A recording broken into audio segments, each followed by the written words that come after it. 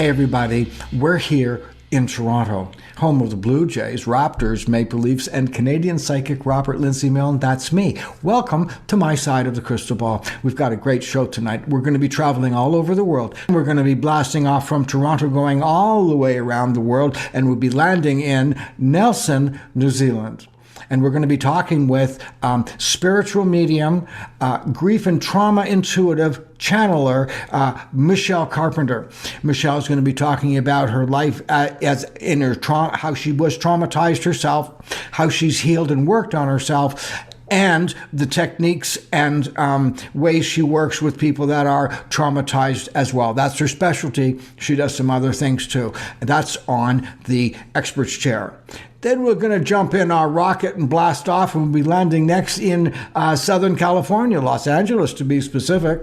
And we're going to be talking to media vision expert, book coach, and Dare to Dream podcast host, Debbie Dachinger.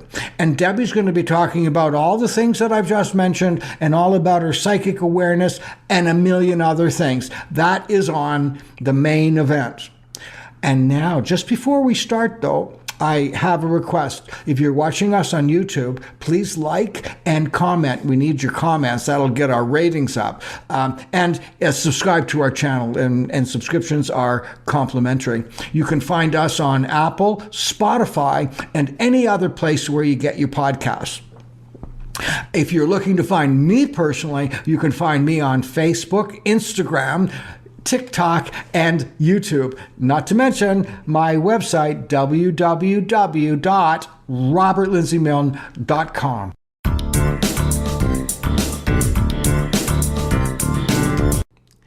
Sitting in the expert's chair tonight, we have to go all the way around the world to Nelson, New Zealand, in the southern island of New Zealand.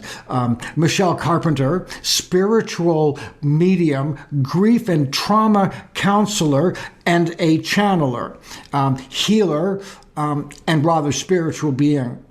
She's going to be with us tonight talking about her techniques, her way of thinking, and how she got from Johannesburg, South Africa, all the way to Southern New Zealand. And without further ado, I'd like to introduce my guest, Michelle Carpenter. Welcome to the show tonight, Michelle, all the way from Nelson, New Zealand. So welcome. You.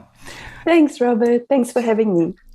Now, I was looking at your biography, and you first started out in Johannesburg, and then you made it to this green paradise in southern New Zealand. But you took your skills and talent and practice from South Africa to New Zealand, and you still practice. And you're a spiritual medium, a grief and trauma intuitive, and a channeler. Have I missed anything? No. For me, those are the labels overall. Besides the grief and trauma that I work with in humans, the rest is energy. So what drew you into trauma type therapy? I'm really interested in it as a psychic, and also because of my own personal traumas. What drew you into dealing and helping people with your skills and abilities and specialize in trauma? Pretty much my background in terms of how I grew up, I was sexually abused by my uncle at the age of 5. I didn't know that this was bad at all until I became a teenager. I had bulimia at a very young age. I had parents in the 70s that used to party hard, drink a lot, which affected me as a child a huge amount. I lost my young friend at the age of 16 and a half, and I knocked over and killed a young girl at the age of 24. And in between these moments... You knocked over a young... You were driving, or did you punch her? No, I punched her. I took a life. I'm sorry, I didn't punch her. Sorry, I just went in with that. Yeah, okay. Sorry. It's all right. No, I didn't punch her. I knocked over her. I was in my car. I was driving during the day. Right. I come from a sales rep background, and I knocked her over. And so and in between that, I've had not good relationships with men. Guys who cheated on me. And then I actually went to go see a clairvoyant at the age of 33 when my ex-husband, I'd found out, was having an affair. And I was so angry at life. I was so angry at just everything. And I thought there's got to be something different. So you were also doing readings at that time. It wasn't like... No, not at weren't. all. Not at all. Okay. At the age of 33, I felt like life needed to change. And I had a young baby girl at the time. And I just didn't want to be the person that I was. I was very much what I've come to realize. I lived in a state of fight or flight or fright. Tough way to live. Tough, very tough. And so my go-to was anger, being angry, being triggered, projecting. And like I said, went to go see a clairvoyant. And I ended up going on a wonderful weekend away to this retreat out in the Magaliesberg Mountains, and it was run by a bunch of women who used to be caregivers for hospice. And that was the change of my personal journey, where I started realizing how much trauma I had lived with for such a long time. To give an example, I knocked over and killed this young girl in my car in broad daylight on the 15th of December, 1998. 2 days later, I was driving down to Cape Town, which is a 12-hour drive from Johannesburg to Cape Town. And then I went and partied hard. I just suppressed it. I didn't realize that I actually, even when I came back from that holiday, that I had issues, that I actually needed to go see somebody, but it was just something that wasn't mentioned. What did you do? I suppressed all my feelings. No, I meant when you said, I have to go see somebody. Who did you see? I saw nobody. I literally sucked it up. Yes. I literally carried on with life. And my go-to was work. My go-to was, the more stressed I am, the more I can cope. I literally used to say that to people. And I was a fantastic sales rep. And all I did was suck it up, suck it up. And I did that for 9 years. Wow. Pretty much so. Yeah. Until 9 years later, I went to go see this clairvoyant. So my ex-husband probably did me one of the best, greatest services for me to start healing me. And that's where I started on my journey of learning that there's more, learning and releasing my grief and my trauma that I'd held onto for such a long time. How'd you do it? A lot of tears. Oh, okay. Releasing. Sorry, is that what you mean? Okay. And the other part was what gave you the inspiration to help other people using your intuitions? Like how did you go from that and selling things to being a spiritual channeler? A spiritual medium. I have trouble separating medium and channeler. That's why I get tongue-tied over them. So, sure. but obviously they're different to you. So how did that happen? So here's a severely traumatized woman, child and young woman, sure. Doing work on yourself, and then becoming a spiritual medium. What happened? How did that occur? So after this weekend retreat I went away on, I then decided I always resonated. The friend that I lost when I was 16, I saw her pass away in hospice in Johannesburg. And I remember watching her parents and watching the counselors. And I thought, how do people do that? How, you're surrounded by death. How are these people able to compose themselves? And I basically, after this weekend away, I decided to do a deep dive into doing a 14-week counseling, a caregiving course at hospice. And I became a part-time caregiver for people who are terminally ill. And I just went into this deep dive of exploring more courses. What more could I do? And for me, the best healers are the ones that work on themselves. And guess what? My first few clients that I had, not the terminally ill ones, but the first few clients where I started working in my own home were ladies who were sexually abused. And I knew it, and I thought the universe is helping me to heal as much as I'm helping them to walk with them on their journeys.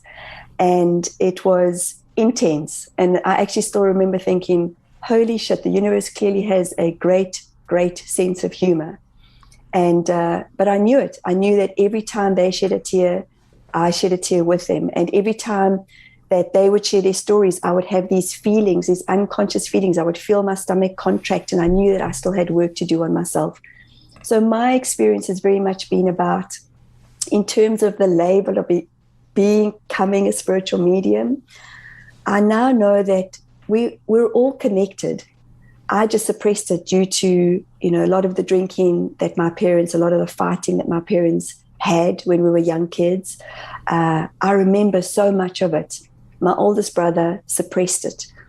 And I in terms of leading up to the work that I do now, the more I let go of what I held on with my body, the vibration, the fear, the fight, the flight, the fright, and also in the last 20 years of South Africa, living in South Africa from the 90s to the 2000s, again, always been on. I bet.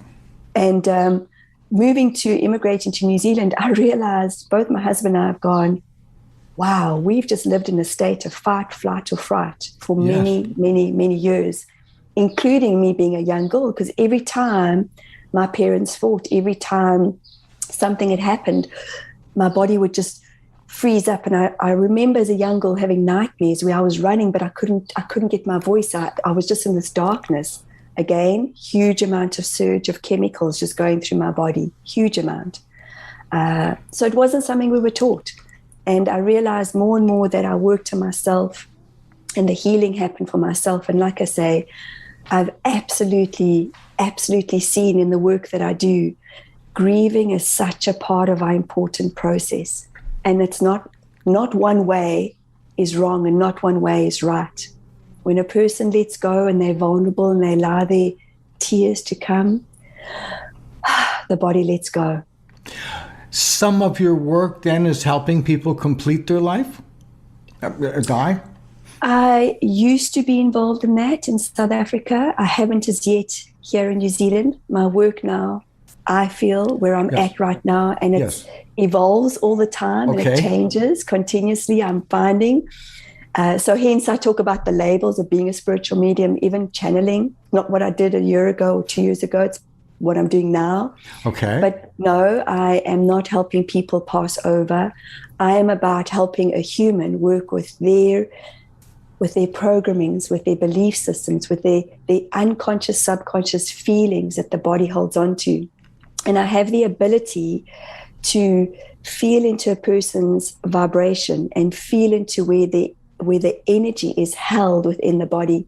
So as a person's talking, as a person's telling their story, whether it be anything to do with their life, a lot of people don't remember, I find, they don't remember a lot of their childhood.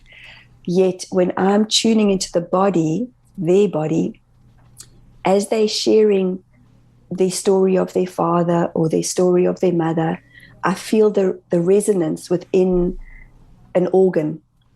And I deep literally dive. an organ? Literally an organ. So for instance, what are their organs? Or do you feel it in your body and say and sense it from theirs? Both. Okay. Both. So I'm always checking in with my team, with my guys. Okay. Is this mine or is this there? Because I feel it's so important to know, is this my feeling or is this their feeling? And for me, it's I feel it in my body, yet I bring attention into their body, because a lot of times I find the head and the body can be so separate. Yeah. Yes, and a lot of people don't understand, but it's getting them to the feeling of their bodies. Okay. So when you tune into that organ that's theirs, or being triggered by your sense in a similar organ, then what happens? So when you get drawn to that, what do you do, or what does the client do? I guess I'm asking you your technique. Yes, absolutely, and it's pretty simple. It's getting them to close their eyes, yes. Take a few big breaths, and bringing them into the present moment. And then getting them to go within their body. And sometimes, a lot of times, I get guided that I will say to the client, okay, I'm sensing something within your liver, or I'm sensing something within your stomach. Okay. And I can definitely feel the vibration. I also, what I hadn't mentioned is I can feel when the heart contracts and I can feel when the heart expands. Wow. So when they go into a place of sadness, they might not be aware of it, but I will say, there's sadness. I'm sensing sadness. And we will go into the body. And then I get shown, I'll say to him, well, between the ages of 0 and 7, what's the age? And I'll say, just trust what you're getting. Because when we're in our heads, a lot of times I find that people don't trust their intuition. Right. And they'll say, 3, I'm sensing something when I'm 3. And then I'll just say to them, okay, bring up that little person when they're 3. And then we explore the story of what the subconscious is holding onto. And sometimes, most times, when there's some tears that come, the body starts to release and the body starts to relax. And then there starts to become a sort of an equilibrium of calmness. And when the body's on, the mind is just on. And I know this from my own personal experience. I know that still to this day, when I'm feeling overwhelmed or there's a lot going on in my world, then I really have to go and take myself out and be in nature. And if I can't do that, I really expand into my breath, and I have to find a way to. And the way that I've taught myself is one affirmation, and I've been working on myself for 15 years, which is, I love and appreciate myself. I love and appreciate myself. I love it. And I say it over and over and over and over and over again. And then slowly but surely my body lets me relax and my mind lets go. Because as we know, it's that fight or flight going into the limbic brain, which is what gets us on. Absolutely. You know, the amygdala, the cortisol, the adrenaline. Absolutely. We're on. And so once I'm out in the field of all possibilities, I can start to see when I'm in the body, I start to see the vibration of a person.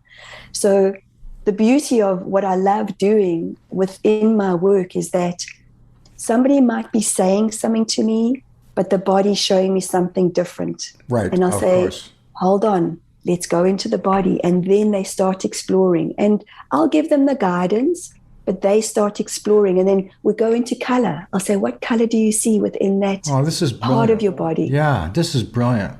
And thank you. And they get a color. And if it's a darkness or a black or a dark red, I'll say, okay, well, what are the feelings in that? Wow. And we give them time. Because again, the head, and I can actually feel when the person goes into their head, because I just feel this energy here. And I'll say, you're in your head again. Right. Take a few big breaths. Let's go back in. Because sometimes that's how life is, isn't it? It is. It's head, heart, body, head, stomach. And again, the expansion happens as soon as they start trusting themselves.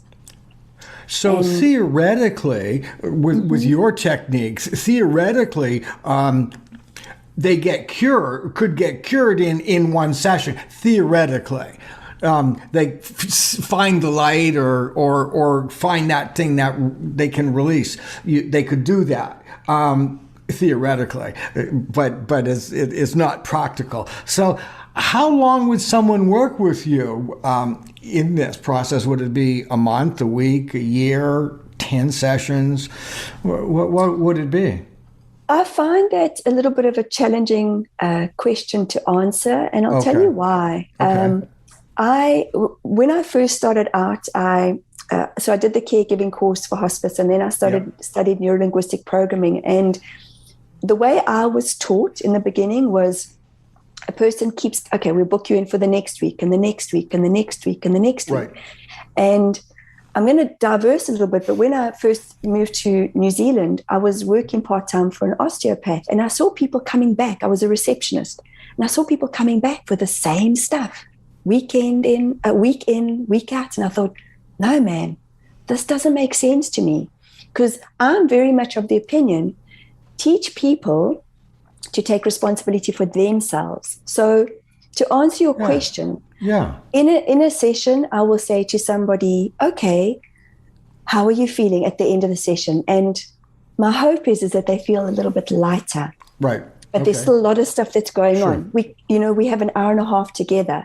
And I would say to the client, you know what, my sense is that I'd like to work with you and walk with you on your journey. Can we do it next week? And let's just see how we go, because in the present moment, life changes. Sure. And so, yes, initially I should say let's book 3 sessions, 3 weekly sessions.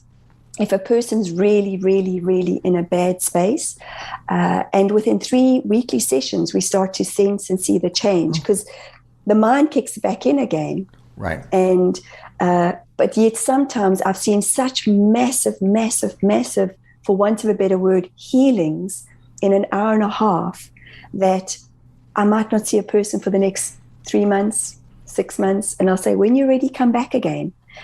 Yet it's important to know that they are not going back into the same programmings and the same patterns and the same way of life. Because it's so easy to go down in that funk, and then they come back again and they, excuse my language, packed. And then it's like, okay, Michelle, give us another hour and a half. And I'm like, come on, you're not serving you. You knew that this was, because then it's going down that wormhole, and I don't know. I'm probably not answering the question correctly, but I'm very much of the opinion. You're answering what you feel, and that's correct. And I knew when I saw your Facebook profile, I knew I really had a sense of how you do your work, and you confirmed it. You do noble work. You do brilliant work, and thank you. You help a lot of people. How can people find you, Michelle? Where can they go to find you and connect with you? I have a website, and it's www.michellecarpenter.co.nz. And so sorry, I'm just teary because I'm so grateful for your words. And oh gosh. Well, thank you. And then I have a Facebook page at Mish Medium. Yes. And then I'm on Instagram, and it's Mish_Carpenter. And I share part of my own journey on there. I share, on all these different platforms. I'm very much about keeping it real, as you will notice, about being authentic, because as much as we are spiritual on these journeys of finding ourselves spiritually, walking this human life, we're here to be human beings, and we're here to navigate the energy, and we're here to navigate our hearts, and we're here to find our joy. I can't believe how quickly the time has gone. And what that means is you're going to have to come back again and join us again and share more of your knowledge, your information, your experience. And thank you for being on my side of the crystal ball. I would love that. Thank you for having me, Robert. Thank you so much.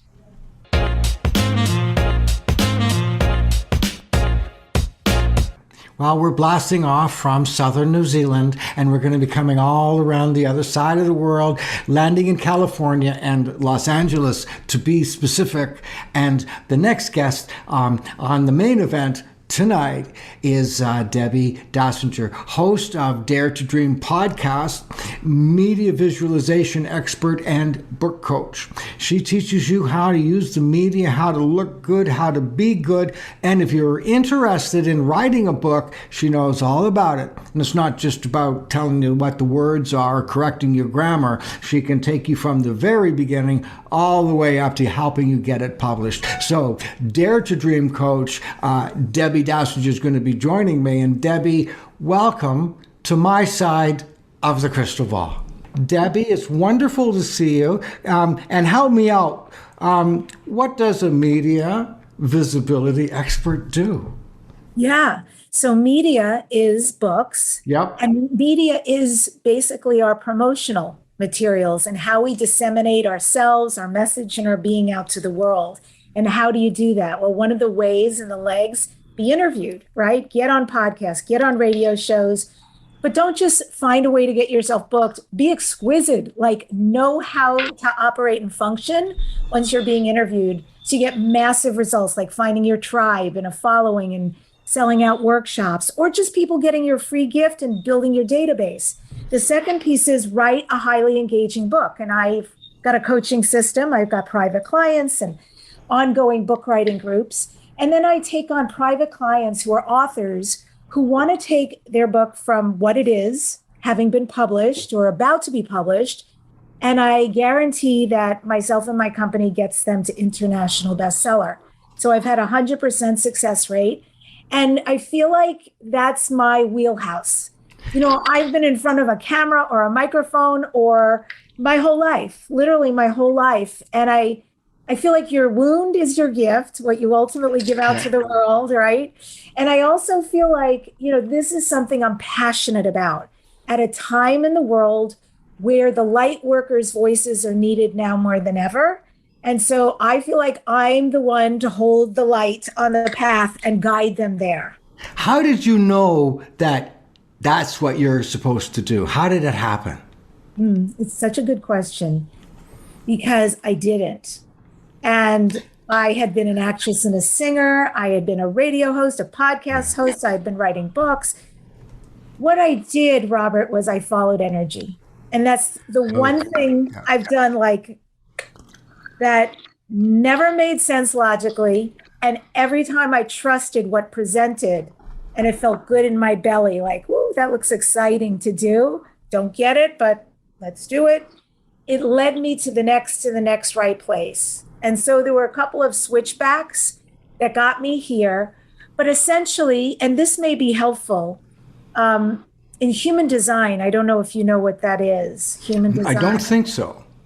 Yeah, so there's so many ways to find out amazing things about ourselves. And, you know, people use astrology and numerology and Vedic. And so one of the amazing ways to find out more about ourselves is human design. And I happen to be a 2-4 generator. And a 2-4 generator, essentially in the realm you and I are speaking about, Robert, it means if you effort to get something off the ground, it will not happen. You'll spin your wheels. But if you sit back and allow the world and people to come to you and ask you for what they want and need, and then you deliver it, you'll be doing the right thing. And that is exactly what happened. People saw 12, 13 years ago what I was creating on my own and came to me and said, I want that. Can you show me how to do that? And that's how it all got started. And then I fell in love with my clients. I fell in love with that business. And it's just grown into, you know, this beautiful umbrella of being able to help people get themselves in front of other people around the world so people know what they do. So you were looking after yourself, taking care of yourself, similarly to what your future clients would get. People saw what you were doing for you and said, I want some of that too. Yes, I'll have some of that, please. So how long did it take you to realize that it was going to be your work, your future? That's such a good question. I think it was years because I was doing it because it was bringing in money. Right. And I was doing it, and I don't know if anybody relates to this, but at the same time going, what's my purpose in life? What's my purpose in life? What you're doing right now in the moment. But, sorry. Exactly, Robert. And I'm glad you can see you have the gift of sight, right? And it's so true because as I was saying that, what I wasn't realizing is my big gift is to disseminate to the masses. And my most important gift is right here. It is my voice. It's out to people on podcasts, being interviewed, in books, etc. And so for me to be able to do that and conversely teach people, show people, whomever they are, how they as well can do it and get results, That is my wheelhouse. So it took years for me to connect all those pieces. Something you said at the very beginning that really caught my attention, and I just have to get this clear. You said that with authors, and you take them on as your client, you guarantee them an internationally, did you say bestseller? Yeah. So now that's just not somebody that's come in and says, I want to write a book. This is somebody that has some talent and has written books? Or is it these are the people that take your program and do the work? The people who are in my book writing class, and my Yes. book writing class is Visible Visionaries. And those folks, when they finish their book, they know that there's this independent offer, right? And so I charge one price. They get a little bit of a reduction because they're already my students. Yep. And then they usually choose my services because it makes sense, somebody they know, like, and trust to keep going forward. And I've got a great track record. But I also have people who come to me quite independently. And, usually I definitely work with spiritual people. I think we attract who we are. And so I'm highly spiritual and I attract very spiritual people. I find their work fascinating. And they come if they're 3/4 of the way book done and they're like, I don't know what to do from here on. Can you guide me the rest of the way, even to self-publishing? I've got those clients.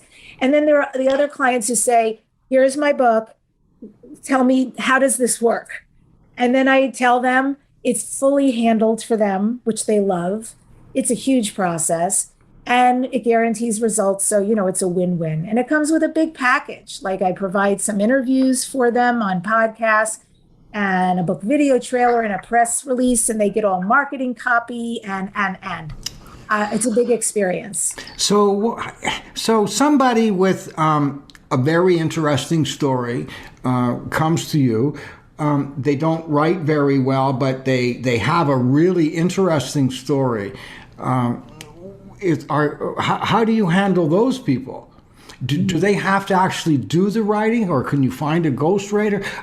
What does your service do that as well? Yeah.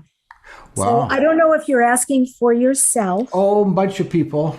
But maybe, maybe. I'll ask you for a friend, Because I got a download when you were saying that. I bet. And I would help you. I would do anything I could to help you. What I was thinking about, though, is that there are a lot of people out there like me that have had interesting lives and may not be very literate. So I was really asking it for them. And so you, what would you do for them? Sure. I don't handle that at all, but I could guide them. So the two things I would recommend, because I teach the writing, right? So if somebody says, I don't want to write, that's not for me, but they speak well, I would say speak your book into a microphone or your phone and then have it transcribed. You can hire someone on Fiverr. Right. There's something called Otter, OTTER.ai, that transcribes audio into written. It's a lot of work, I'm not going to lie, because on the other end of Otter.ai, they make a lot of mistakes. So that's one. The other is I, of course, over the many, many years, come across people who do this work and are exceptional. And so I would make a recommendation, here's a great editor for your book, or here is a great ghostwriter, let's see what magic you guys create. But I don't also write the book for the person. You don't. You said you don't write the book for the person. So I don't. I help them write their own engaging book. Yes. So that would be in the courses that you teach. Yeah. So I've got private clients who say, I just want to do this with you. Right. Whether they want to meet twice a month, 4 times a month, we have to see it's rotating, right? Who I work with and when their space is open. And same in my class, I teach them, we meet twice a week live, and then they always read their work. And they love that more than anything, hearing each other's work. Oh, it's so fun. I mean, the one hand, there's that proud mama piece where like a year ago, these people, to see how they felt about writing, and some of them came from what you're talking about. I'm not good. I don't know if I have anything readers want. How do I tell this? I don't know the process, but I kind of want to do it. A lot of them came with baggage, right? But a part of my job is to help people heal that stuff and to see that is not a fact. It's an aberrant lie that we tell ourselves, and it frees people. So many of these people a year later, when they're reading their work, my God, it's amazing to see how good they are. They are beautiful authors, and they know the entire writing system now. They're comfortable in it, held in it. And we have two spots. I just want to say, we have two spots because I have two students who graduated because they finished their book through my class. They successfully published, and they're having a grand time being interviewed, and it's creating visibly what they always wanted. So if anyone wants those spots or is interested, you want to go to DebbiDachinger.com/visible visionaries. It's one word. And I think you can see my name at the bottom of the screen. You have to spell it right. DebbiDachinger.com/visible visionaries. And there's it'll teach you what the class is and what it delivers. And then there's a registration at the very bottom. That easy.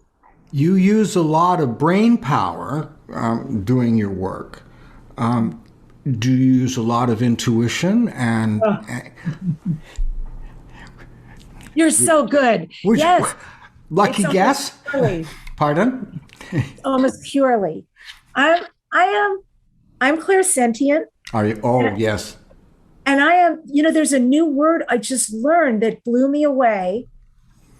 And you may know it better than me. And I don't know if I'm even saying the right word. I want to say like claircognizant, if that's right, but it's knowing that you know, like you just get information. So those two, which clairsentient, if anyone doesn't know what that means, it is about your feelings, being very, very sensitive, right?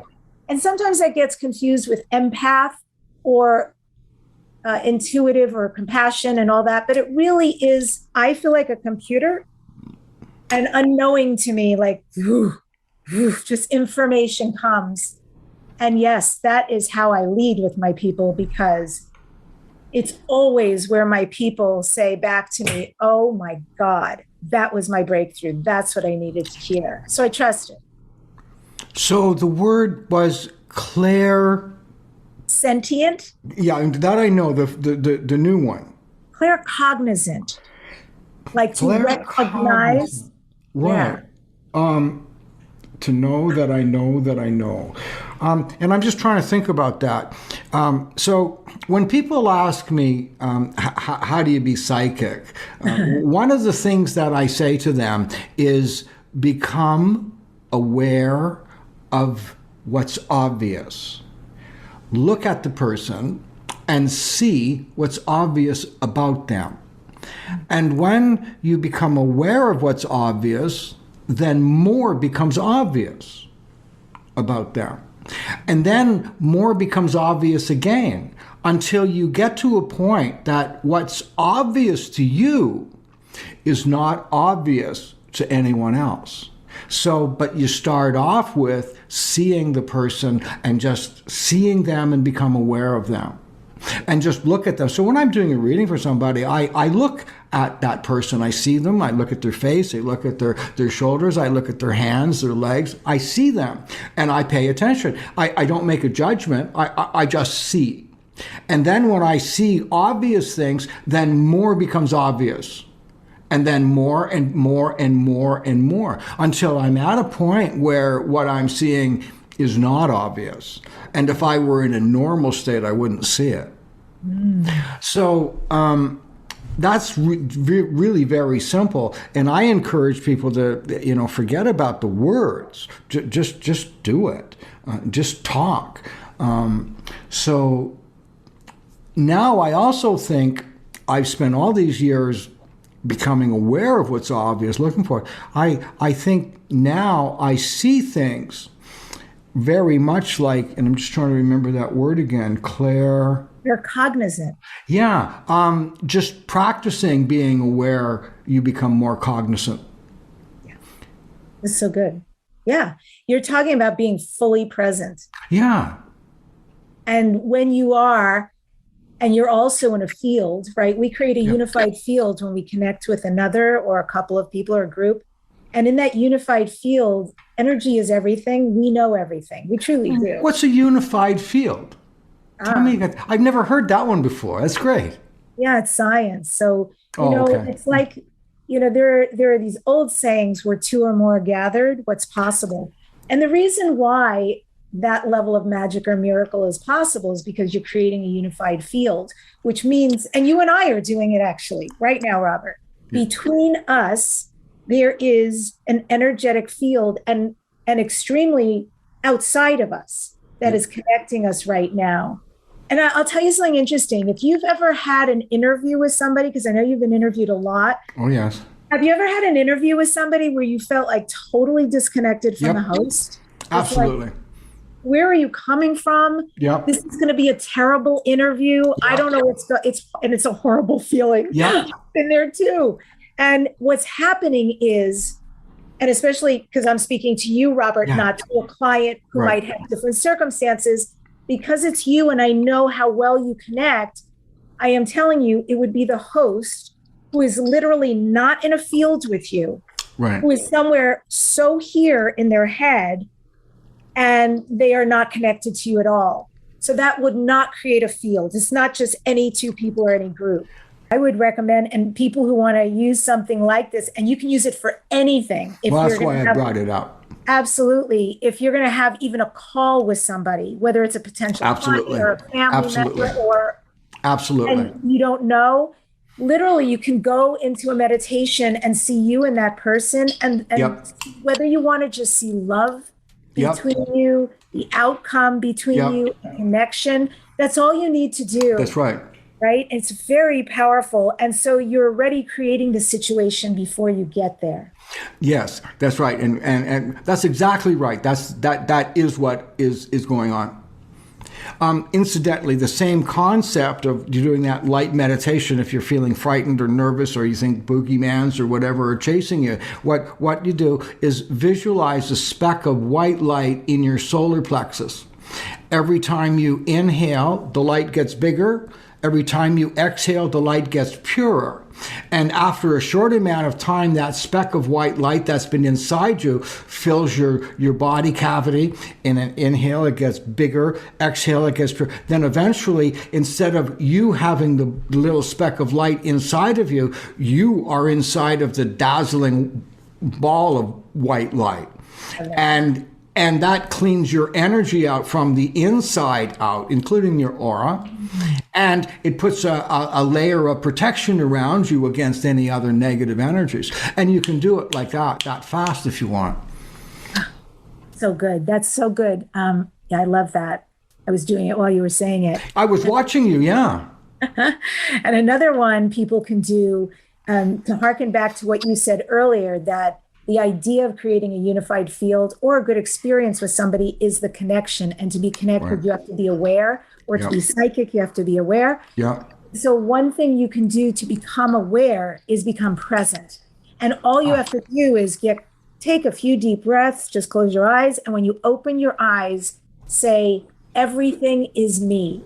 And then look at a book, for instance, or whatever in your room is there, and then feel that connection energetically, particles, if you will, with a book, with a plant, with a painting, with a dog, with a chair, and you can do it like this. And before you know it, you are so right there, aware, alert, present. It's also a beautiful way to go into an interview or speaking or. Absolutely. And they're simple things to do if you understand them. I'm not quite sure how we went down that path, but it certainly was a fun one. So do you have more things that you're going to be doing, or have you found your niche that's going to be going on now to 107 or 8 years old? Or I like that number. I'm always questioning that. I am for sure continuing this work because it is so gratifying. and because I get results. If I wasn't getting results for people, I wouldn't bother, frankly. And then I wouldn't have filled classes. So Right. yes, I'm going to keep doing what I do. At the same time, concurrently, what's been calling me are two pieces that actually feel quite connected. And the one is shamanism, this whole world and rebirth that's happening right now on the planet. I find this indigenous, I just find it beautiful. I'm sure I've had past lives doing this before. And so I'm very much in it. And the thing that's come along that started a year ago November, is that I was told during a ceremony about playing music. And I used to be a professional singer. I used to be a professional musician. I've heard you sing and play. Thank you. Oh my gosh. It's like, when I heard that, I'm like, oh my God, it's been 13 years. I don't even know if I have a voice. Why would I do that again? But my partner grabbed his guitar and he hadn't played in decades. I dusted off my vocal cords. And not only did we start singing and playing together, but 1 month later, we were starting to be booked for live events, online events, parties, ceremonies, book awards, like all sorts of stuff. And it's been amazing. It's still going. We just came back from a contact retreat in the desert where we opened every night before the people came and spoke and delivered to the participants. And I just sit back and go, I don't understand how I got here, except once again, I said yes. And I'm so surprised, Robert, after 13 years, not only do I still have a voice, but actually, and you probably even have not heard it recently, but over a year of using this muscle over and over again and doing performance and rehearsal, it's become much bigger. My range has gotten bigger. I'm doing things I never did before. I'm singing in a way I've never sung before. And I feel like, all glory to spirit that I'm here doing this. I feel so grateful for the music and for the connection to that whole shamanistic world. Are you going to become a shaman? Are you being led? I don't know what that means, but I felt a calling. Okay. I received information about that, and I don't care. I'm very transparent. I've been under the influence of plant medicine where I've been receiving this enormous healing, and I see a shaman woman looking at me, watching the proceedings, and I'm very clear it's me, a future past multidimensional me somewhere. I've also had timeline regressions where I've absolutely seen myself exactly where I lived, what I look like, and I was a male shaman. I've also seen myself as a Mayan priestess. And I'm not somebody who's been very fast at believing in I believe in past lives, but it's always been a bit of an issue. So when this information came to me, it was like, oh, this is powerful. And I felt the truth of it. I know I've been this before. I don't know if the music is the way to the shamanism. And if you have any insight, Robert, I'm open. If you take your elegant way of presenting yourself in a holistic way, because often when you meet shamans, they tend to be modest in their material interests or their desires. They tend not to have very much money, but they're not interested in that. They tend sometimes to be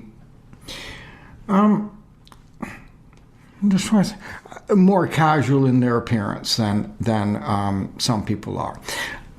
So I could see you being a shaman, but maintaining the image that you have right now or similar, and then teaching that spirituality. Yes. Oh my God. So my dream is to deliver events, basically. Okay, starting with a one-day event, imbuing it with our music, obviously, because it's very healing music. Music is medicine. And then to do very heart-opening, very movement forward, so we can take people from wherever they are right now to another state, so much so that I want them to come back because I want to build community. What a fabulous conversation. Thank you. I don't know where the time has gone. We just seem to have started talking, and we have so much more. And well, I guess we just have to do it again. Thank you. It's wonderful seeing this side of you. Thank you very much. You're even more than I imagined. You know, I knew you, but this part is really special. Thank you. I appreciate that, and I appreciate you. And thank you for being on my podcast, My Side of the Crystal Ball. So I'm proud of you. thank you. I can't believe how quickly the time has passed. What an interesting show. What fabulous guests. My special thanks to Michelle Carpenter, spiritual medium, grief and trauma intuitive channeler. Thank you for being on in the expert's chair. I'd also like to thank Debbie Dachinger for being the main event, media visibility expert, book coach, and Dare to Dream podcast host. Thank you for being on. Before I say goodbye, have a couple of requests. If you're watching us on YouTube, please like and comment, and your comments are greatly appreciated. It helps us get our ratings higher. And you can subscribe to our channel, and as you know, subscriptions are complimentary. You can find our podcast on Apple, Spotify, and pretty much anywhere else you listen to or hear your podcasts. If you're looking for me personally, you can find me on Facebook, Instagram, YouTube, and TikTok. My website, www.robertlindsaymilne.com. That brings us to the end, so please remember, be good, be safe, and above all, just be kind. Good night.